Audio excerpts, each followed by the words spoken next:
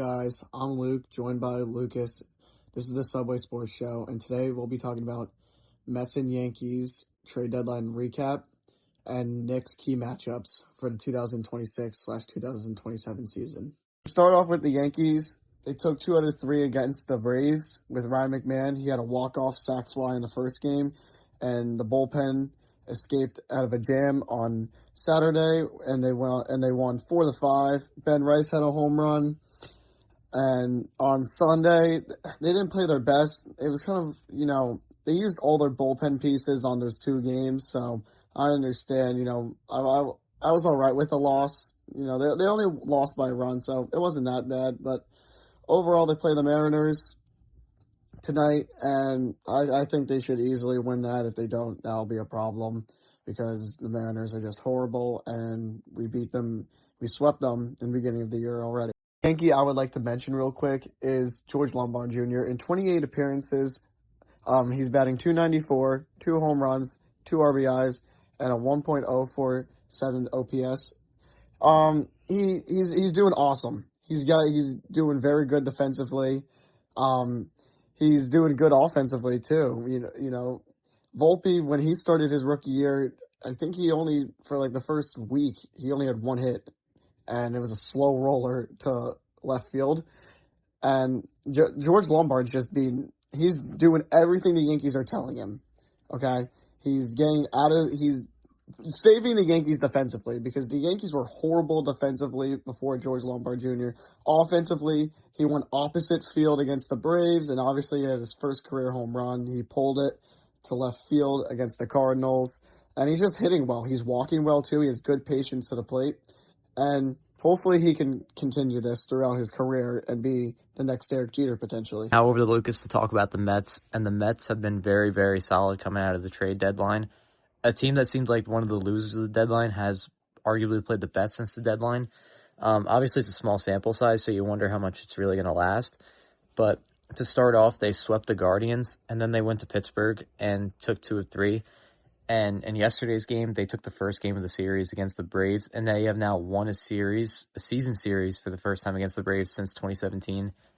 I mean, look, no one's talking about the wild card still, because why would you? If you are, it's just ridiculous to say they're still 11 games back. They might have made up like a game or 2 during this because the teams in the wild card, like the Phillies and Diamondbacks, have been playing well, along with the Mets. But it is a fun little run to watch. And going down the stretch, they don't play like particularly hard teams. Like they play 2 against the Braves still, obviously, who are, they're still a difficult team, but the Mets have played well against them. Then they play the Nationals, who are really banged up right now. They gave away their team at the deadline. And then they play the Padres, who are very improved from the deadline, but even still, they're not an amazing team. Play the White Sox, same story.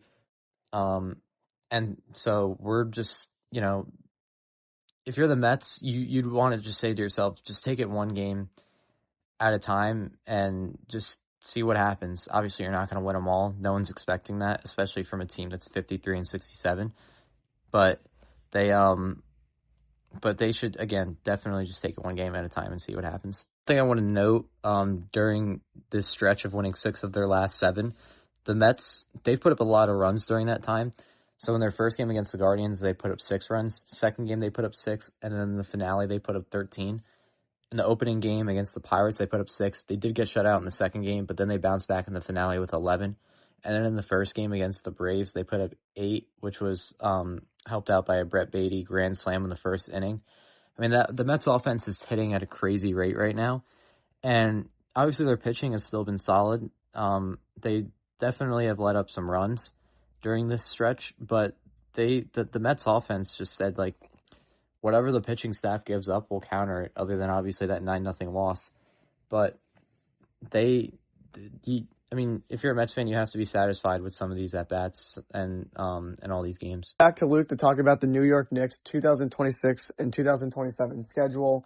Only 3 games have been released by the NBA, but they open on NBC on Tuesday, October 20th, against the Sixers at Madison Square Garden with LeBron James in the lineup. This game is going to be absolutely electric. I could already see, the Knicks fans just booing LeBron James so bad and saying all the bad things, like we heard from the finals. Then another key game to watch is just 3 days later on Prime at 7 p.m. on Friday on October 23rd is against the Boston Celtics at TD Garden. Now, that's a game where I think it's going to be another good one, No matter where you're from, New York and Boston always has this rivalry in sports, like Yankees, Red Sox, I guess we could say Jets and Patriots, Bruins and Rangers. So, Knicks versus Celtics is actually going to be a really good game. I think it might be better than the Sixers just because I feel like I would personally hate the Celtics more, I feel like, because 76ers, I understand, they're chokers, so I don't really have to worry about them that much. But then on Christmas Day, on Friday at 12 p.m., is against Wemby. That is the return of the Spurs, and it is at Madison Square Garden again, and that's going to be a good game too. I think the Knicks, they did really good against them in the finals, but they're going to do even better in the regular season. So I think they win all three of these games because they took the season series last year against the Spurs, and who knows, like, if it's a rotation problem, the Spurs probably won't play a lot of people, and I think the Knicks have a better, more depth bench. I think, obviously, the Spurs have more key players on the bench, but it all matters about the depth that you have on your bench, and I think the Knicks will win all three of these games. Thank you guys for watching this week. I'm Lucas, joined by Luke, and I just wanted to note that next week I will not be joining the show. I'm going to be away, so Luke's going to give you guys Yankees updates and possibly Giants updates. But again, I'm Lucas, joined by Luke, and we'll see you guys next week.